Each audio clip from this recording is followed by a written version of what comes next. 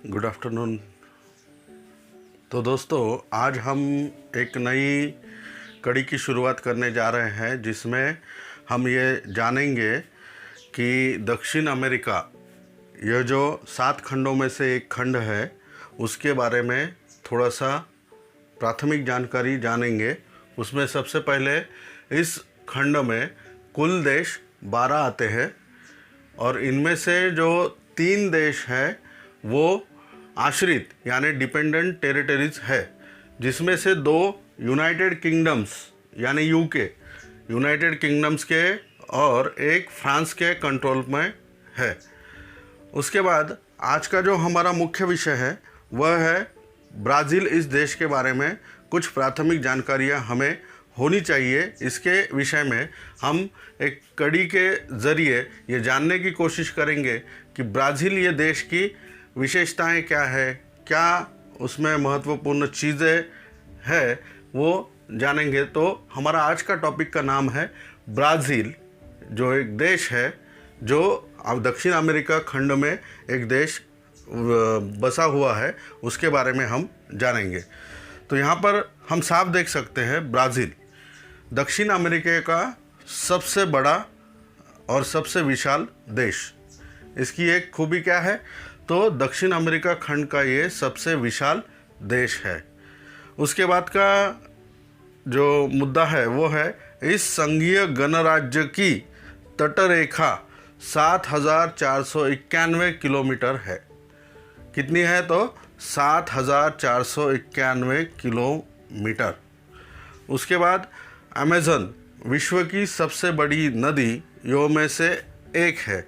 Amazon यह एक विश्व में बहुत बड़ी जो नदियाँ हैं उनमें की श्रेणी में एक बड़ी नदी है।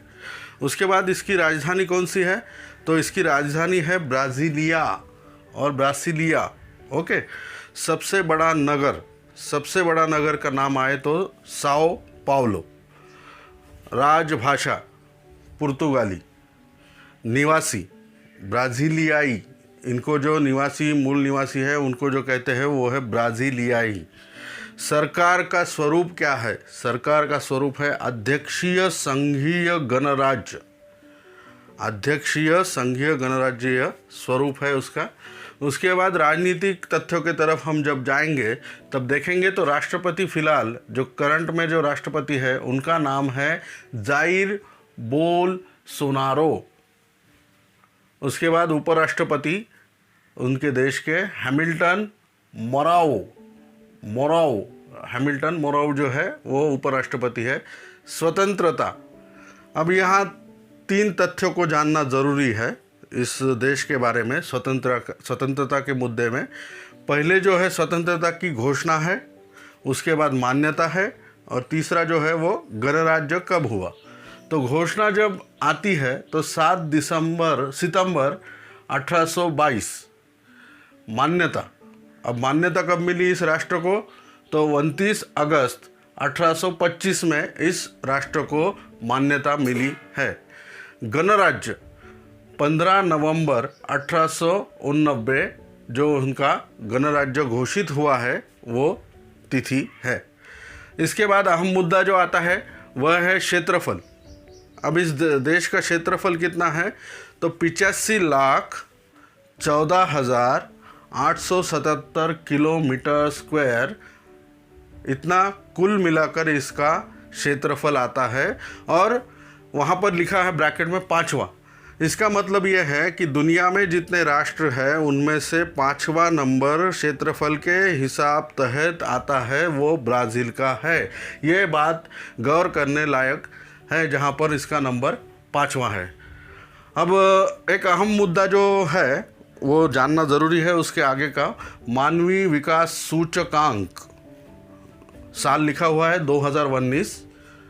मानवीय विकास सूचकांक यह इस श्रेणी में इसका जो कुल मिलाकर नंबर आता है वो 84वां है, यानी अंग्रेज़ी में 84। और इसका जो मानक दिया है वो उच्च स्तर का है।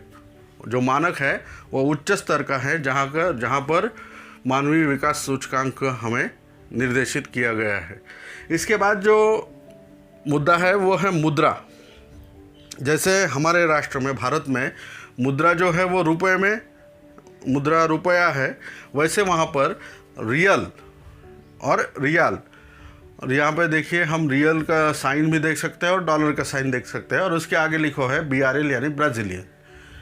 उसके बाद जब दूरभाष कूट, अब दूरभाष कूट ये शब्द जब हम सुनते हैं तो उसका अंग्रेज़ी में ट्रांसफॉर्मेशन और ट्रांसलेशन ऐसा होता है कि कॉलिंग कोड, यानी किसी राष्ट्र से, समझो हमें भारत से ब्राज़ील में कहीं फ़ोन करना होगा तो हमें दूरभाष कूट का ये जो +55 जो दिया है या 55 दिया हुआ है प्लस, इसका इस्तेमाल करना बेहद ज़रूरी है। उसके बाद इंटरनेट TLD। अब इंटरनेट तो हम सब जानते हैं, रोज़मर्रा की ज़िंदगी में इंटरनेट ये शब्द तो हम सुनते ही आ रहे हैं। अभी आप सोचोगे कि TLD यानी क्या होता है, इसलिए मैंने उसका लॉन्ग फॉर्म अंग्रेज़ी में लिखा है।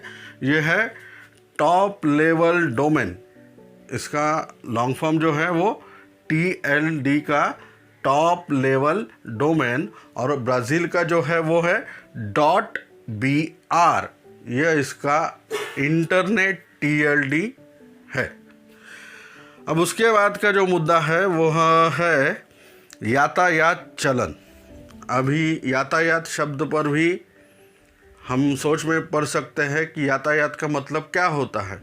अब यातायात का मतलब यहाँ पर अंग्रेज़ी में लिखा हुआ है ड्राइविंग साइड, जहाँ पर ड्राइविंग साइड यानी वाहनों को चलाने की जो बाजू है, उसको जो ड्राइविंग साइड है उसकी, वह है राइट, वह राइट है। और कमेंट में मुझे आप एक सवाल का जवाब दीजिए कि भारत देश में यातायात का चलन किस तरफ या किस बाजू में है। तो शुक्रिया दोस्तों, हम एक नई कड़ी शुरुआत कर रहे हैं। नई कड़ी के तहत हमने कुछ जो दुनिया के, विश्व के जो देश है उसके बारे में मूलभूत जानकारी लेने का ये प्रयास है। और अगर आपको पसंद आया हो तो इसको लाइक, शेयर और सब्सक्राइब ज़रूर कीजिए। धन्यवाद।